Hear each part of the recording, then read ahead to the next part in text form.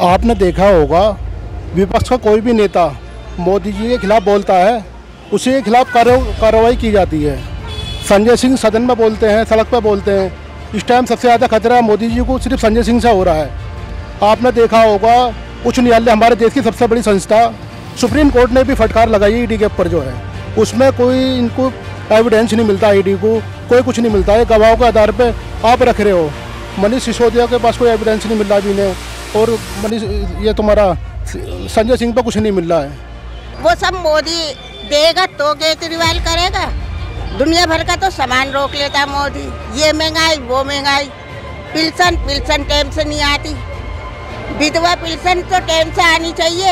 आज 3 महीने होगा मेरी रुके हुए, आज तक कोई पता ही नहीं है पिल्सन का। मोदी बाहर वालों के लिए कर रही है सब कुछ, दिल्ली शहर वालों के लिए नहीं कर रही है। मैं भी दिल्ली की औरत हूँ, दिल्ली 6 में रहती हूँ और यहाँ रह रही हूँ। अब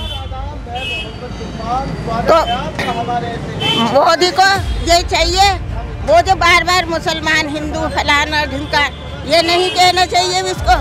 इसके लिए तो सब एक है।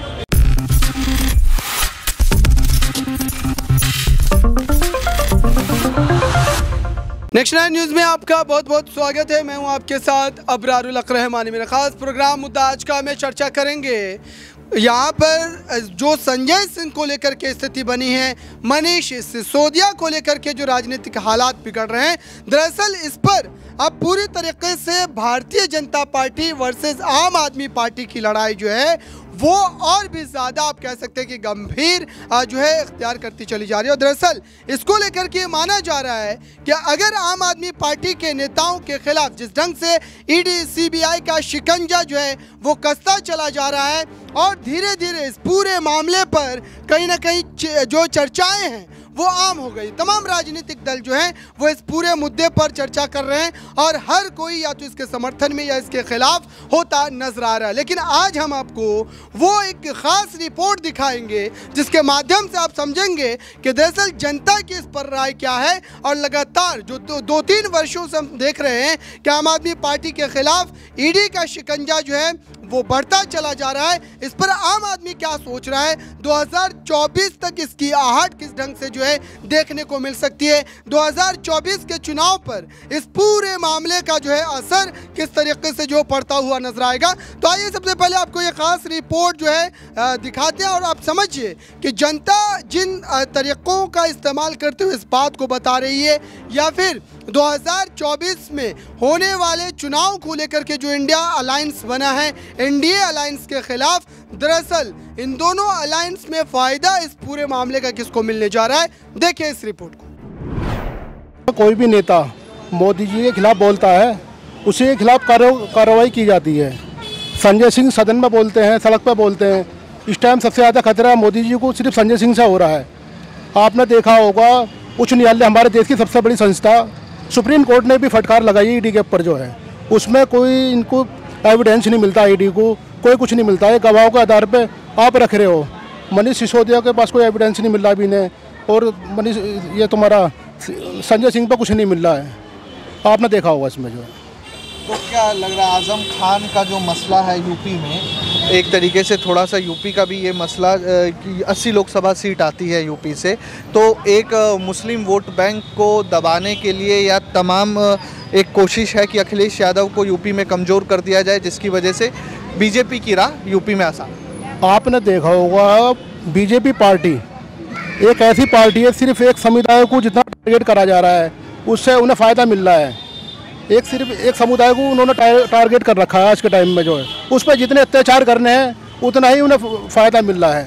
एक बीजेपी धर्म की राजनीति कर रही है, पब्लिक सब समझ चुकी है। आपने देखा होगा इंडिया अलायंस है, इस टाइम उन्हें खतरा है मोदी जी को कि इंडिया अलायंस की हो रहा है जो है। चलो लगा रहे हो। अच्छा एक चीज़ बताइए आप कि जो चुनाव है ये इलेक्शन 2024, कई तरह के मुद्दे सियासी हवा में बह रहे हैं। बीजेपी कह रही है कि जो तमाम मुद्दे हैं, राम मंदिर का मुद्दा है एक, और कई और दूसरे यूनिफॉर्म सिविल कोड का भी मुद्दा बीजेपी आहे बगाहे जिक्र कर देती है, और विपक्ष के पास रोज़गार और महंगाई का एक मुद्दा है। क्या लगता है कि किस ओर मुड़ेगी हवा और किस बात पर जनता भरोसा करके मतदान करेगी? पहले तो मैं आपका एक बात का जवाब दे दूं। अभी आपने कहा कि हमारे प्रधानमंत्री जी ने विपक्ष के ऊपर कुछ ऐसी बातें कही हैं कि भ्रष्टाचार की बात। तो सबसे पहले तो उनको ये सोचना चाहिए कि जो महाराष्ट्र के अंदर जिनको पेट भर भर के कोसते थे, और अजित पवार जी जिस दिन वो बीजेपी उन्होंने ज्वाइन कर ली उसी दिन वो बिल्कुल पाक साफ हो गए। अगर प्रधानमंत्री जी इतनी ईमानदार हैं और उनकी पार्टी इतनी ईमानदार है, जो प्रधानमंत्री राहत कोष के अंदर जो तो आपने देखा दर्शकों, अब जो एक सुनवाई होने वाली है 27 तारीख को, दरअसल इस सुनवाई पर सभी की नजरें टिकी है और सभी इस बात को समझना चाह रहे हैं कि जो मनीष सिसोदिया के कई सुनवाइयों में हमने देखा है कि जो ईडी लगातार सबूतों को लेकर के दावे कर रही थी और ये कह रही थी कि वो तमाम सबूत जो है मनीष सिसोदिया के खिलाफ कोर्ट में प्रस्तुत करेंगे, लेकिन जब कोर्ट में इस मामले की सुनवाई होती है तो फिर ईडी जो है एक नए मामले को ला करके खड़ी कर देती है। और यही चीज़ संजय सिंह वाले मामले में भी हुआ था।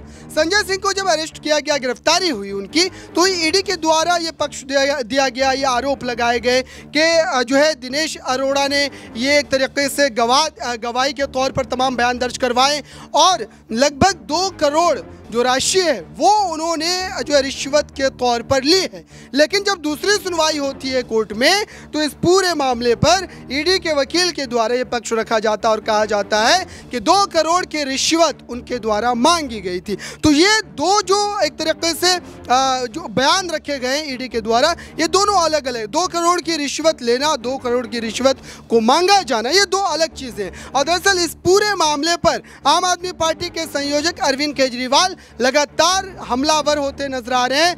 आम आदमी पार्टी के कार्यकर्ता जो हैं वो सड़कों पर उतरे हुए हैं, भारतीय जनता पार्टी हेडक्वार्टर के बाहर प्रदर्शन कर रहे हैं और ये मांग कर रहे हैं भारतीय जनता पार्टी क्या इस पूरे षड्यंत्र के पीछे है।